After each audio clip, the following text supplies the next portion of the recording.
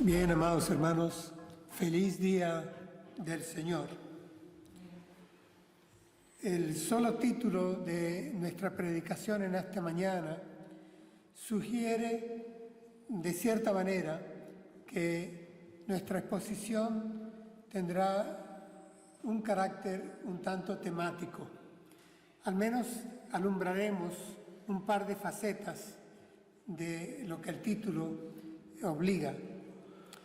Y quiero referirme a la situación de la verdad en tiempos de relativismo, porque es un asunto que exige nuestra atención.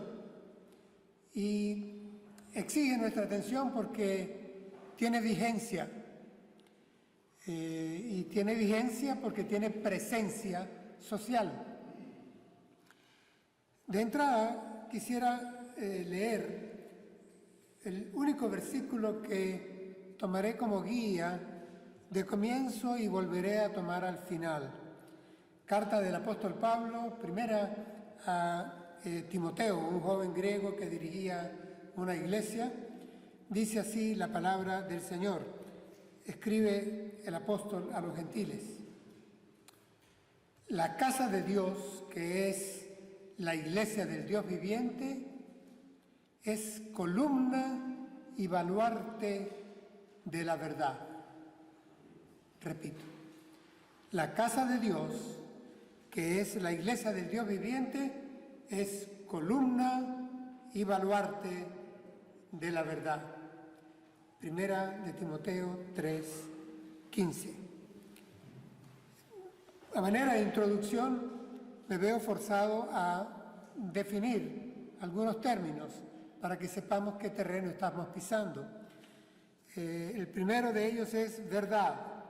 Y voy a tomar la definición aristotélica que todavía sigue vigente.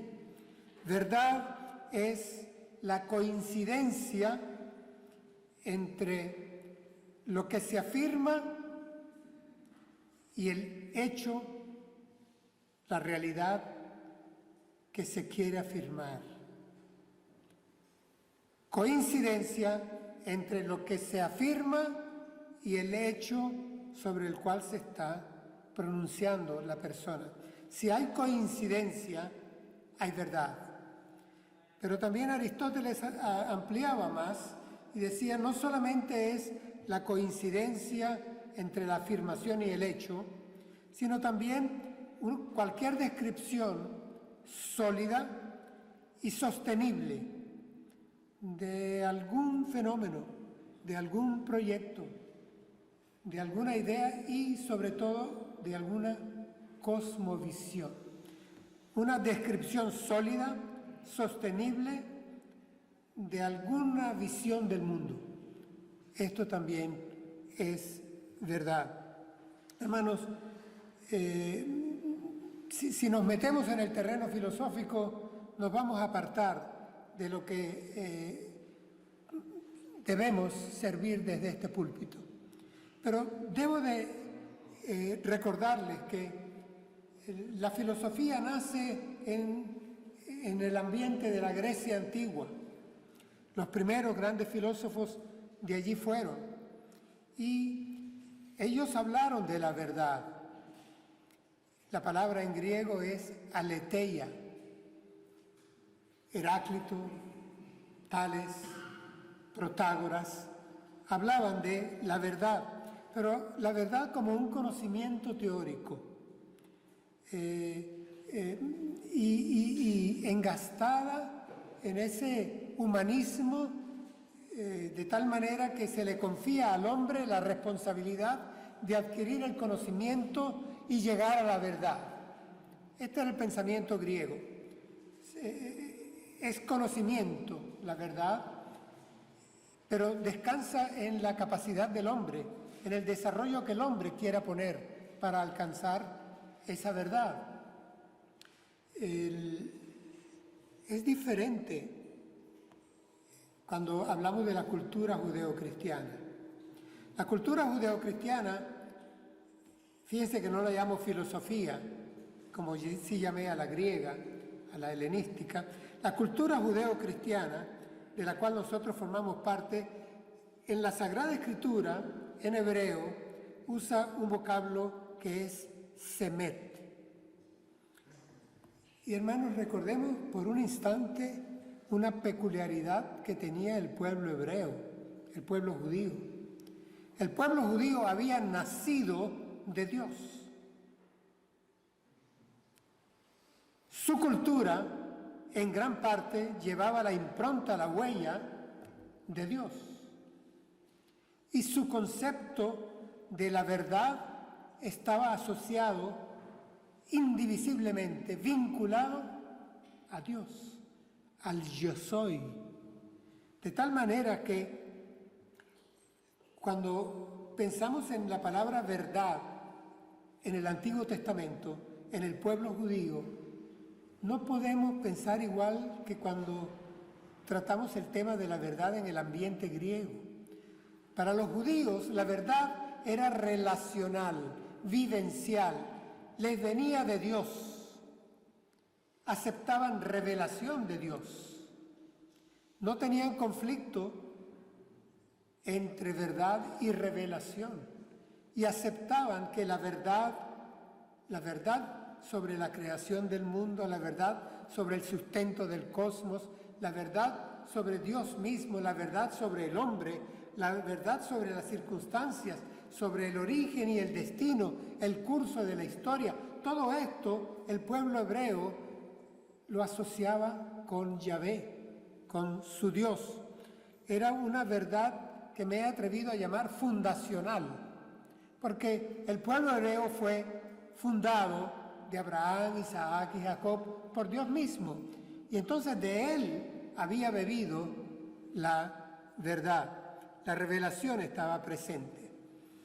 Baste sobre el término verdad, pero sí recordar pues que para los judíos la cultura judaica, que al fin y al cabo se va hacia el Nuevo Testamento, porque Jesús era judío, los apóstoles eran judíos, los escritores del Nuevo Testamento son judíos, bajo un contexto griego, una cultura griega, una filosofía griega, pero ellos traen ese bagaje de revelación, porque son judíos.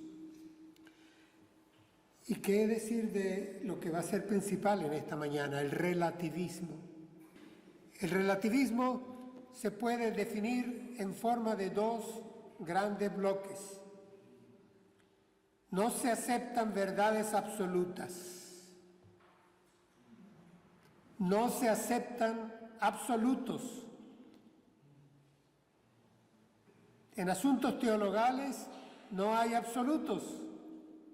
Todo es relativo.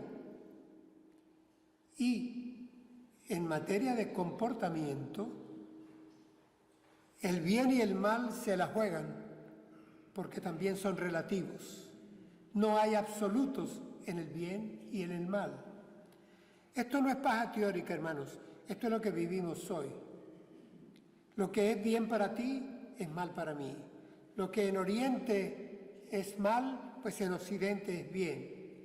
El absoluto teologal para un hindú no es el mismo absoluto teologal para un norteamericano.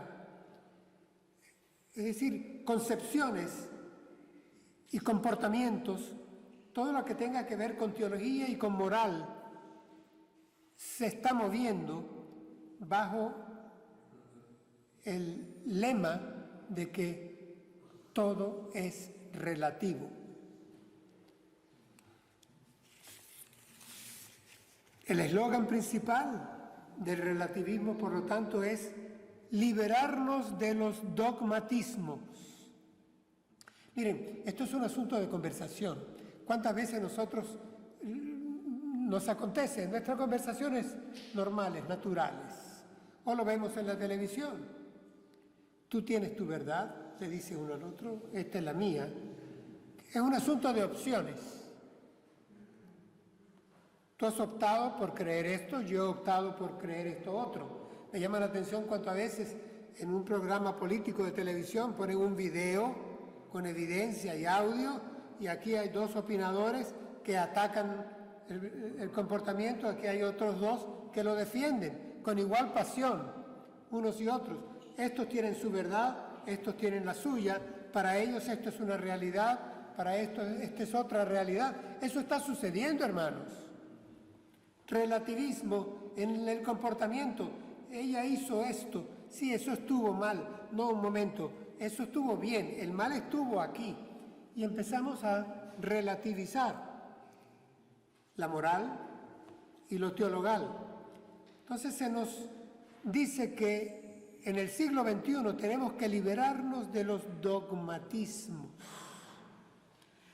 Debemos de dejar de ser esclavos de las verdades que se nos han impuesto como un producto cultural. Debemos de liberarnos, y esa palabra es importante. Tomo frases de ensayos que he leído. Debemos de ser creadores de nuevas verdades. Pero para crear nuevas verdades, debo destruir viejas verdades. Debemos de fabricar nuevas realidades. Pero para ello, debo de alterar las viejas realidades. Debemos de forjar nuevos moldes conductuales, donde podamos fabricar nuevas generaciones. Fabriquemos los moldes.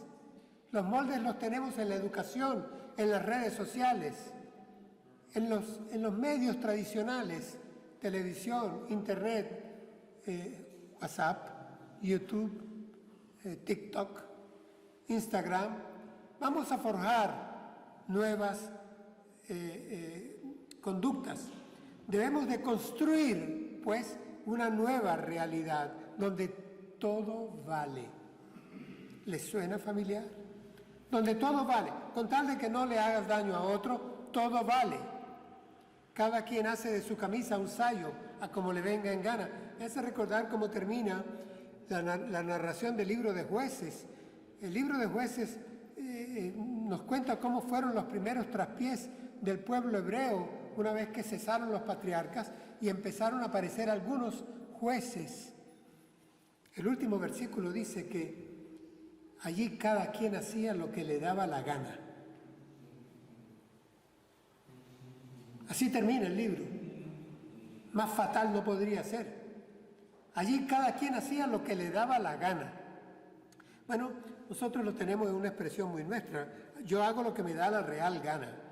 Y es que el relativismo se basa en algo muy sencillo, hermanos, que lo podemos todos entender. Verdades y realidades son construcciones culturales.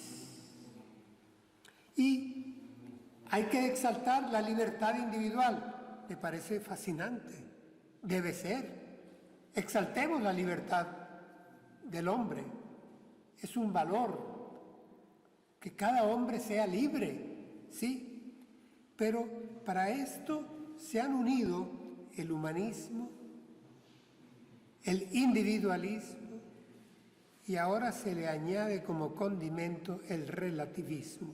Humanismo, individualismo y relativismo. Y total, ¿cuál es el resultado? Hay tantas verdades como individuos. Ya en los tribunales no hay qué hacer. Hablan de la verdad verdadera, hablan de la verdad subjetiva, hablan de la verdad jurídica.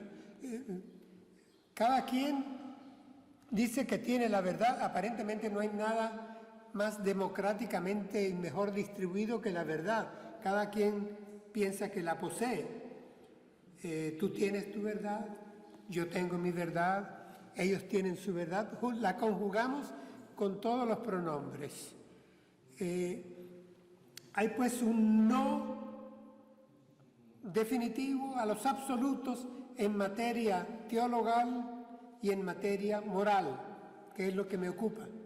Un no a los absolutos. Y de repente, hermanos, aterricemos como miembros de la Iglesia de Jesucristo. Nosotros predicamos a Dios como el único Dios verdadero. Es un absoluto. Nosotros predicamos que en Jesucristo está el único nombre dado a los hombres bajo el cielo en el cual podemos ser salvos. Otro absoluto. Es que recuerdo palabras del Señor Jesús en oración, exaltando la palabra revelada, la Biblia, la Sagrada Escritura. Tu palabra es la verdad. Absolutos. Entonces, hermanos, aquí no hay cómo llegar a acuerdos, mucho menos a manera de presupuesto. Aquí hay un enfrentamiento, aquí hay un conflicto frontal. Como iglesia estamos ofreciendo un menú único. Ese menú único es que Dios se ha revelado por la palabra escrita, hecha tinta, por la palabra hecha carne en Jesús de Nazaret. Menú único. Y el relativismo que ofrece un buffet. Sírvase usted lo que quiera, a gusto del que se sirve. Self-service. Sírvase usted lo que guste. Es más, la verdad en algunos casos ha pasado a ser casi tribal. Hay colectivos que tienen su verdad. No voy a detenerme en mencionar algunos, pero hay verdades que comparten algunos grupos de acuerdo a conducta y ciertas creencias, y se llaman colectivos hoy en día, así lo han llamado los sociólogos, y ellos tienen su verdad, su realidad, su manera de pensar y su manera de comportarse. Menciono solo uno que es de los más citados, el colectivo LGTBIQ. Bueno, ellos tienen su verdad, su realidad, están construyendo su verdad, su realidad. Es más, leía en estos días que la verdad ya se está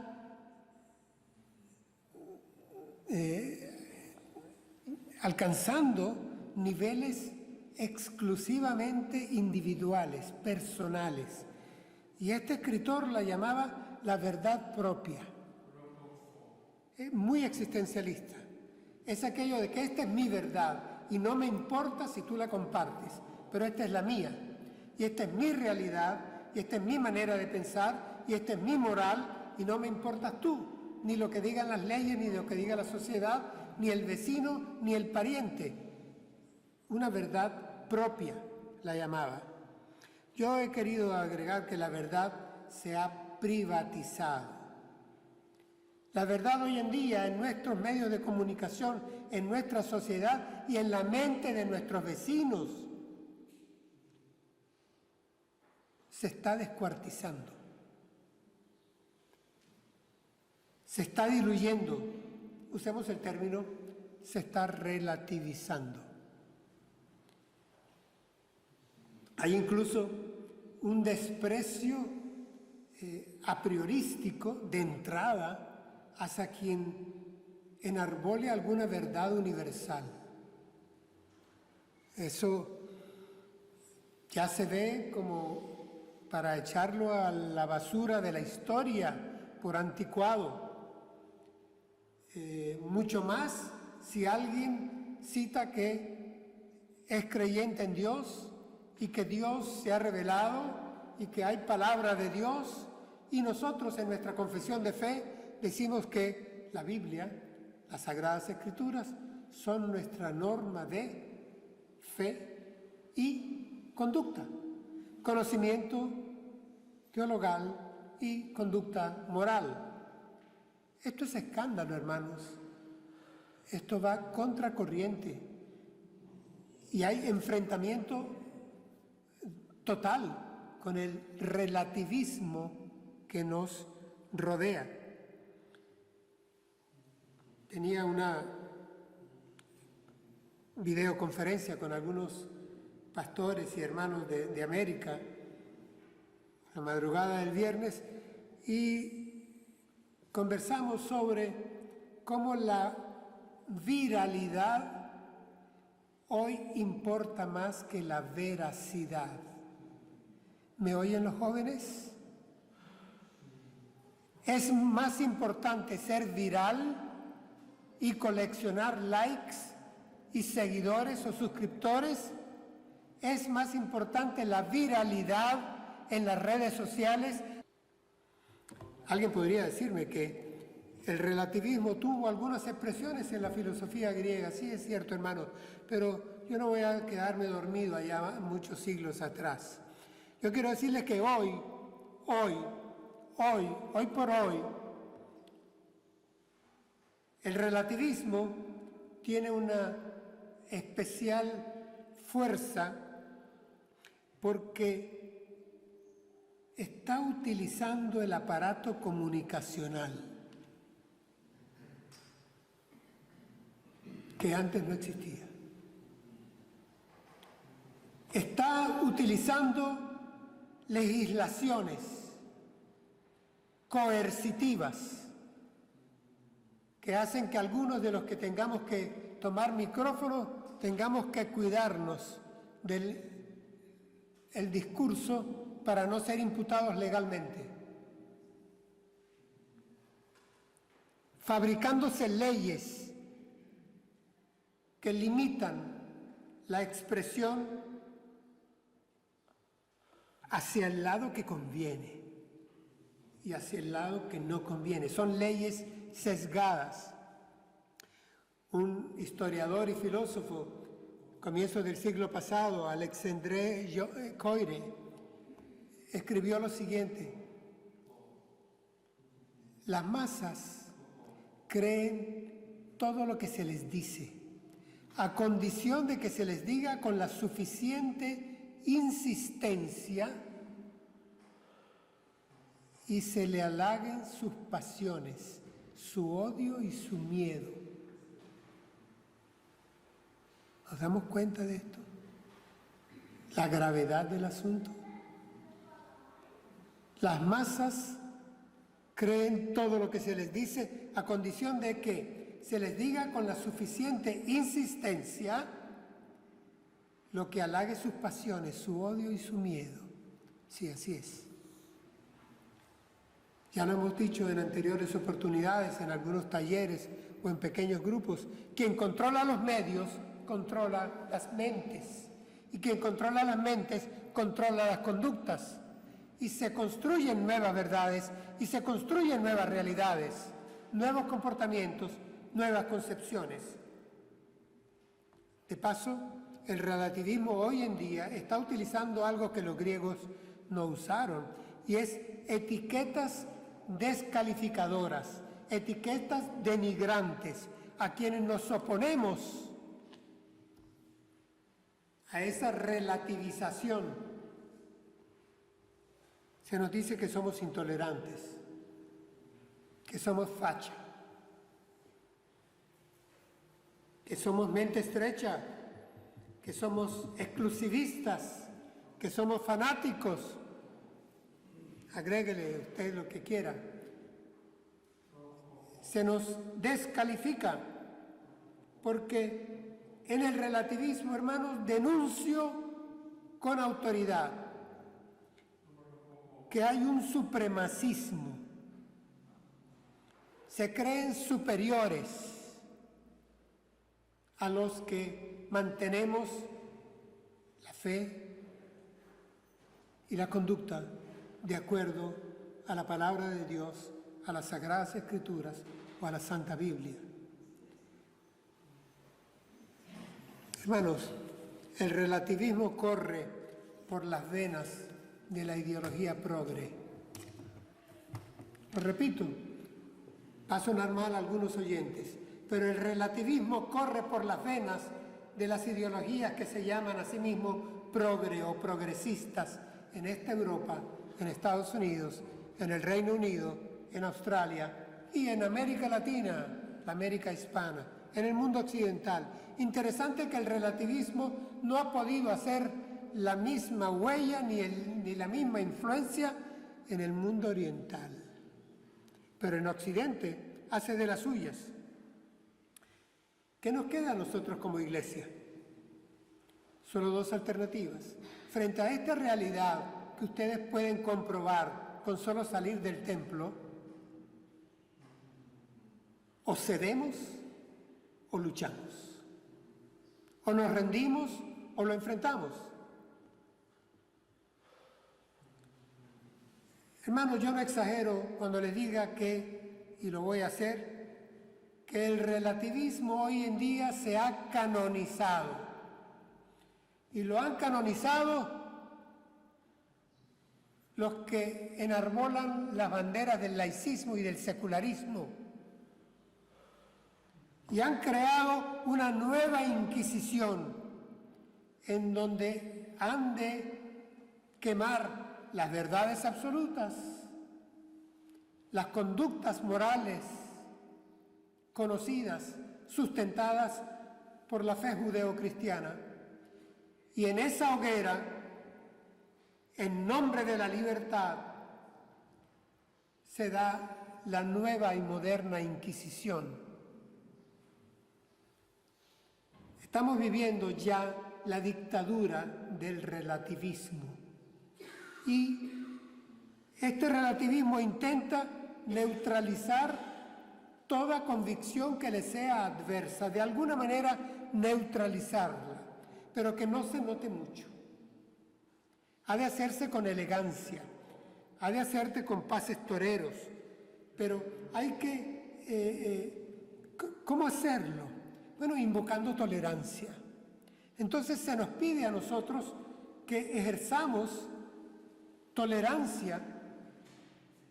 ¿De qué manera? Poniéndonos en equidistancias.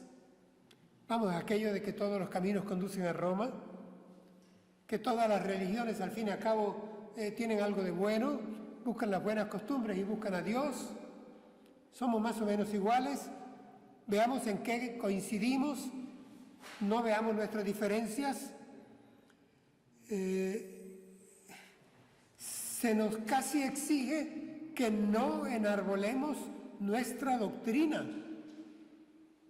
nuestros absolutos, porque podríamos crispar la situación, podríamos llevar a polarizaciones no convenientes.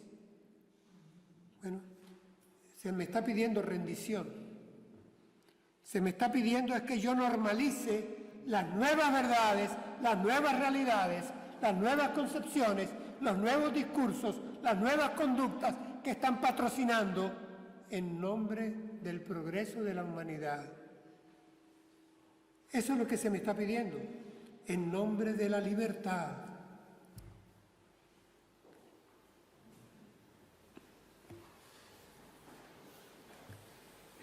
El Señor Jesucristo no aceptó esta contraposición entre verdad y libertad.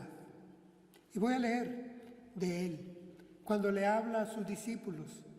Les dice, si ustedes permanecen en mi palabra, serán verdaderamente mis discípulos y conocerán la verdad.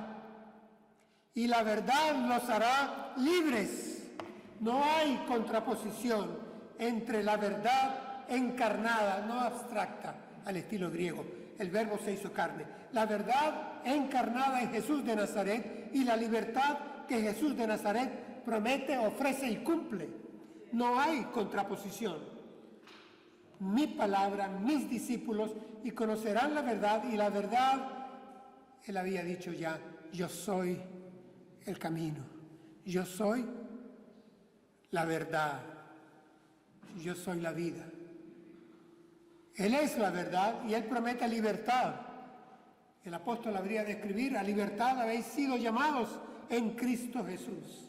A libertad, no a esclavitud, a libertad. Es decir, el Señor Jesús encarna la verdad y encarna la libertad y nos da la verdad y la libertad sin que haya antagonismo. El apóstol Juan escribió de él diciendo que lo pudimos ver, porque habitó entre nosotros. Jesús de Nazaret estuvo con nosotros, y dice el apóstol Juan, lleno de gracia y de verdad. En él había la plenitud de la verdad. Lo tuvimos cerca, concreto, real, realidad que mostraba la plenitud de la verdad. Esto es el mensaje que nosotros tenemos. Así que el absoluto en Cristo Jesús es un absoluto de verdad que no podemos negociar. En Hebreos, comenzando el libro de Hebreos, el escritor dice, en tiempos antiguos, Dios nos habló de muchas maneras, en muchos momentos a través de los profetas, pero en estos últimos tiempos nos ha hablado por su Hijo. Se reveló de una manera y la revelación fue increciendo, y de luz pasamos a más luz, y de verdad a más verdad, y nos ha llegado a hablar por su Hijo. Pero reconoce que en tiempos antiguos la revelación de la verdad absoluta les llegaba de Dios. Leo al salmista que escribió 1000 años antes de Cristo. La verdad es la esencia de tu palabra, y tus juicios son siempre justos. Salmo 119, 160. La verdad es la esencia de tu palabra. El Señor Jesús en oración lo repetía, tu palabra es la verdad. Juan capítulo 14, versículo 6, uno de los textos que mejor conocemos los cristianos, de memoria, desde niños nos los enseñan en la iglesia. Habla Jesús, yo soy el camino, la verdad y la vida. Solamente por mí se llega al Padre. Aquí está una vez más el exclusivismo, el absolutismo de Jesús. Otros vinieron antes de mí, ladrones y salteadores fueron. Yo soy la puerta, es por mí que se entra. El que por mí entra será salvo. Yo soy la puerta angosta. Él es la verdad, lo afirma. Entonces, Jesús no es, como se nos está queriendo vender, la cara que Dios mostró a Occidente, y que en otras latitudes, en otros continentes, a otras culturas, en otros países, pues Dios mostró otra cara. Y entonces tenemos diferentes culturas, diferentes religiones, y se nos invita, hermanos, a un pluralismo religioso. De esto ya tenemos trayecto andado. Se nos invita a parlamentos interreligiosos que sean lo más insípidos, incoloros e inodoros, por favor. Que no haya debate, que no haya análisis, que no haya revisiones, que no haya discusión, mucho menos.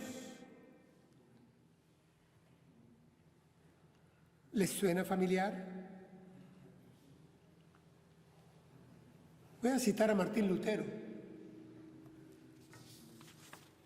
En una de sus frases cortas, propias de su estilo, escribió el gran reformador: es mejor ser divididos por la verdad que ser unidos por el error.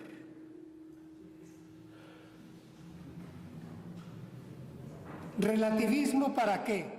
Para que diluyamos la verdad, para que se disuelva, se haga que la sal pierda su sabor, que la luz deje de alumbrar. Este mismo Lutero es el que afirma un total absolutismo que es paulino. Fuera de Cristo no hay otro Dios. Vamos a cualquier parlamento interreligioso, vamos a cualquier encuentro interreligioso y vamos con esa premisa y la ponemos delante de nuestro micrófono a ver qué tanto parlamos, a qué llegamos. Fuera de Cristo no hay otro Dios. ¿Es eso sí o no lo que encontramos en la palabra de Dios? Solo en Él hay salvación, solo en Él. Hermanos, nosotros estamos llamados a amar a las personas, pero no estamos llamados a amar a sus creencias, a amar a sus conductas, a amar a sus discursos. No. Nosotros no podemos aceptar que la verdad se ponga en libre mercado. La tiene en competencia quien grite más, quien maneje los medios de comunicación, quien tenga la anuencia de las leyes, quien tenga más fuerza. ¿Qué hacemos como iglesia? Yo les estoy describiendo en forma sencilla, no estoy muy lejos estoy de agotar este tema, pero les estoy describiendo lo que es el relativismo que campea silvestre a nuestro alrededor, que se está abduciendo a las nuevas generaciones. ¿Qué hacemos como iglesia? Yo vuelvo al texto bíblico que leí al comienzo. El apóstol Pablo le viene diciendo a Timoteo, el joven griego que lideraba esa iglesia, diciéndole cómo deben de comportarse en la congregación. Los ancianos, los diáconos, todos los miembros, él mismo cómo debe de funcionar. Y agregaba, recuerdan lo que leímos, la casa de Dios, que es la iglesia del Dios viviente, es columna y baluarte de la verdad. Es columna y baluarte de la verdad. Hermanos, creo que como iglesia, en primer lugar, debemos de ser conscientes de que somos iglesia, pero somos la iglesia del único Dios verdadero y de Jesucristo a quien Él envió. Identidad, tenerla muy en claro. Igualmente tener en claro e identificar y combatir todas esas variantes relativistas que están a nuestro alrededor, que tratan de minar nuestras bases y que están atacando principalmente a nuestras dos más jóvenes generaciones. Tenemos que combatirlas porque son parte del proyecto del maligno. El maligno es padre de la mentira y solo sabe hablar en su lengua materna. De lo suyo habla, dijo Jesús. No puede hacer otra cosa, esa es su debilidad, que él solo puede mentir. Pero nos toca a nosotros, en discernimiento, identificar la mentira cuando disfrazada venga, porque la Escritura nos advierte que este desgraciado se disfraza como ángel de luz y hace que sus ministros parezcan administradores de justicia. Así que nos toca a nosotros ejercer discernimiento y, como le recuerda, con esto termino, el apóstol Pablo al joven Timoteo, ser columna y baluarte de la verdad. Y son términos cuasi militares, son términos de construcción, pero de construcción de fortalezas. Ser columna que aguante el peso. Ser baluarte es ser fortaleza, castillo, columna y baluarte de la verdad. Hemos cantado un himno que es un clásico de nuestra alabanza protestante, escrito en 1805. Santa Biblia es su nombre. Leo para ustedes lo que fue nuestra primera estrofa hoy. Santa Biblia, para mí, eres un tesoro aquí. Tú contienes con verdad la divina voluntad. Tú me dices lo que soy, de quién vine y a quién voy. Esa es nuestra palabra. No hagamos ni permitamos esa división que se está sugiriendo en el mundo evangélico de exaltar la persona de Cristo y opacar la palabra de Dios. Hermanos, es imposible. Cristo llega en la palabra. Como decía John Stott, la palabra de Dios, la Biblia, es el testimonio del Padre sobre el Hijo a través del Espíritu Santo. El leitmotiv de la palabra de Dios, de la Santa Biblia, se llama Cristo Jesús. No podemos separarnos. Al contrario, en tiempos de relativismo, alcemos nuestro estandarte, seamos columna y baluarte de la verdad. Verdad que ha sido revelada para efectos teologales y para efectos morales en su palabra escrita y en el Verbo hecho carne, Cristo Jesús. En su nombre oremos y demos gracias.